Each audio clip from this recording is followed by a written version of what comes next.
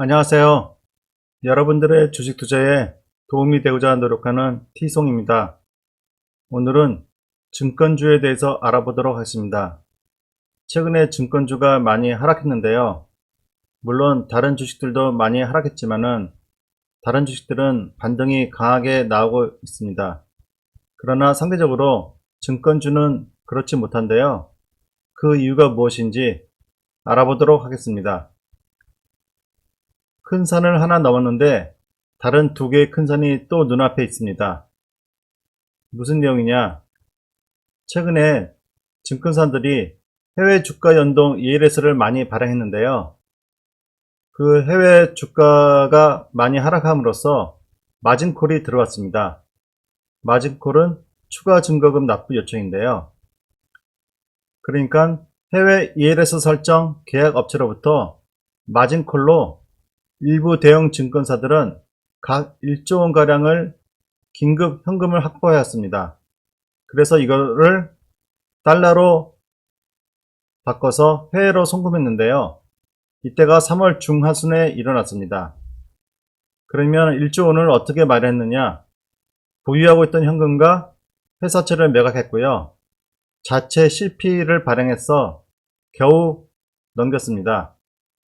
그런데 이 와중에 긴급 회사채 매각으로 회사채가 급락했고요. 대량 CP 발행으로 금리가 급등했습니다. 또 달러 수요로 환율이 급등했습니다. 이때가 이 일이 일어난 때가 이 3월 중하순입니다. 그래서 그때 원화가 급등했습니다. 지금은 원화가 다시 어느 정도 안정 부분을 찾고 있는데요. 근데 만약에 향후 또 해외 주가가 하락할 시에는 다시 추가 증거금을 납부해야 합니다. 이런 문제점이 있고요. 두 번째는 PF ABCP의 도래인데요. 먼저 ABCP란 유동화 전문 회사인 특수 목적 회사가 매출채권, 리스채권, 회사채, 부동산 등의 자산을 담보로 CP 형태의 ABS를 발행하는 것입니다. 그러면 이렇게 얘기해서는 잘 모르실 텐데요. 상품 구조를 보도록 하겠습니다. 이것이 프로젝트 파이낸싱의 상품 구조입니다. 먼저 건설사가 있습니다. 근데 우리가 잘 아는 건설사, 삼성, 현대, GS 이 정도 회사는 자체 돈이 필요할 때 자체 신용으로 회사채를 발행할 수가 있습니다. 그러나 잘 모르는 회사들, 상장되지 않은 회사들은 개발 계획에는 있는데 돈이 없습니다. 그럴 때 증권사를 찾아갑니다. 증권사를 찾아가면은 증권사에서는 요즘 각 부동산 부분을 상당히 많이 강화해서요. 이런 개발 계획에 관심이 많았었는데요. 이 A 건설사에 대한 신용 보강을 해줍니다. 일종의 보증이죠. 이 보증에서 수수료를 받고요. 그래서 이 PF ABCP를 발행합니다. 그러면은 이것을 투자자, 기관이나 개인한테 판매를 합니다. 이 판매하는 중간에 또 증권사는 수수료를 먹으니까 여기서도 한 번, 여기서 한 번. 그러니까 증권사는 두 번을 수수료를 먹을 수 있고 건설사는 개발 계획을 실행할 수 있어서 좋은 것입니다. 자, 이게 부동산이 잘 돌아가고 개발 계획이 계획대로 잘 돌아가면 문제가 없는데 만약에 개발 계획이 늦춰지거나 이 ABCP가 잘 안 팔릴 경우에는 문제가 생긴 것입니다. 그럴 경우는 어떻게 되느냐?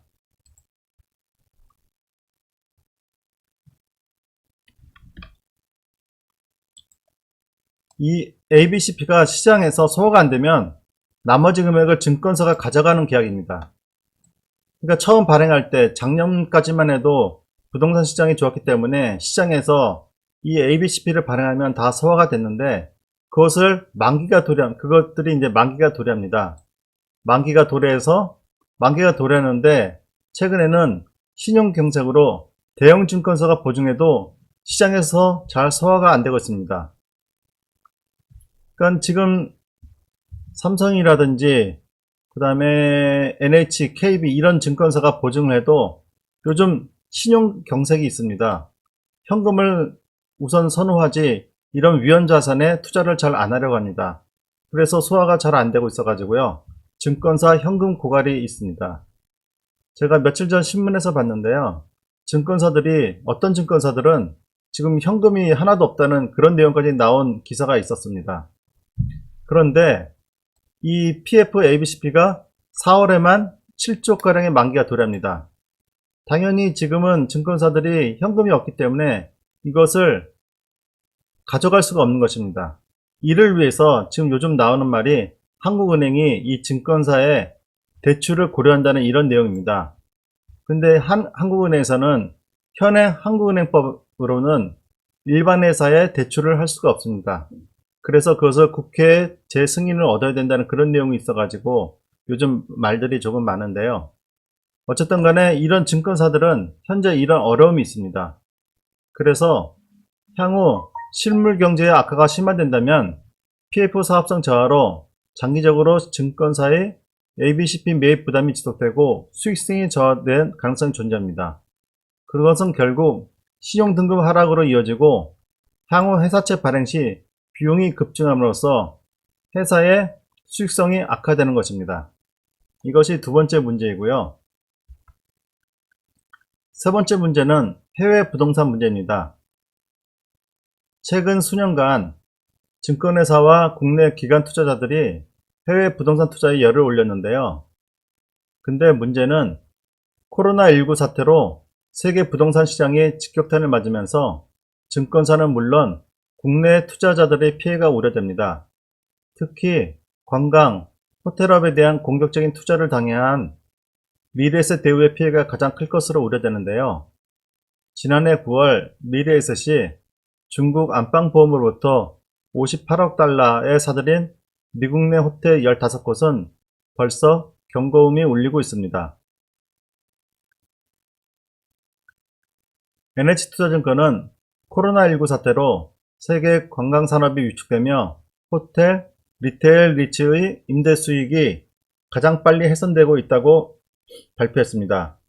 코로나19에 따른 공실 확대에 더해 미국에서 지금 상업용 부동산에 대한 임차료 납부 거부 운동이 확산되고 있는데요. 이것이 향후 임대 수익에 대한 불확실성이 더욱 커지고 있다고 진단했습니다. 지금 보시면 해외 부동산 투자 펀드 설정액입니다. 2015년도에 11조 2천억 설정됐는데요. 2020년 3월 달에는 54조 7천억이 설정되어 있습니다.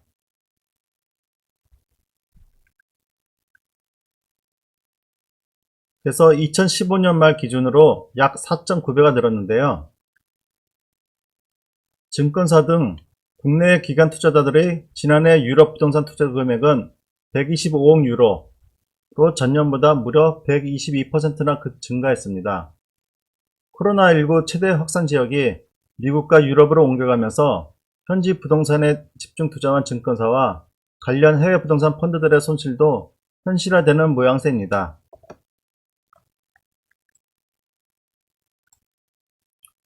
오늘은 증권주의 문제점에 대해서 알아봤는데요. 잘 대응하셔서 성공 투자하시기를 바랍니다.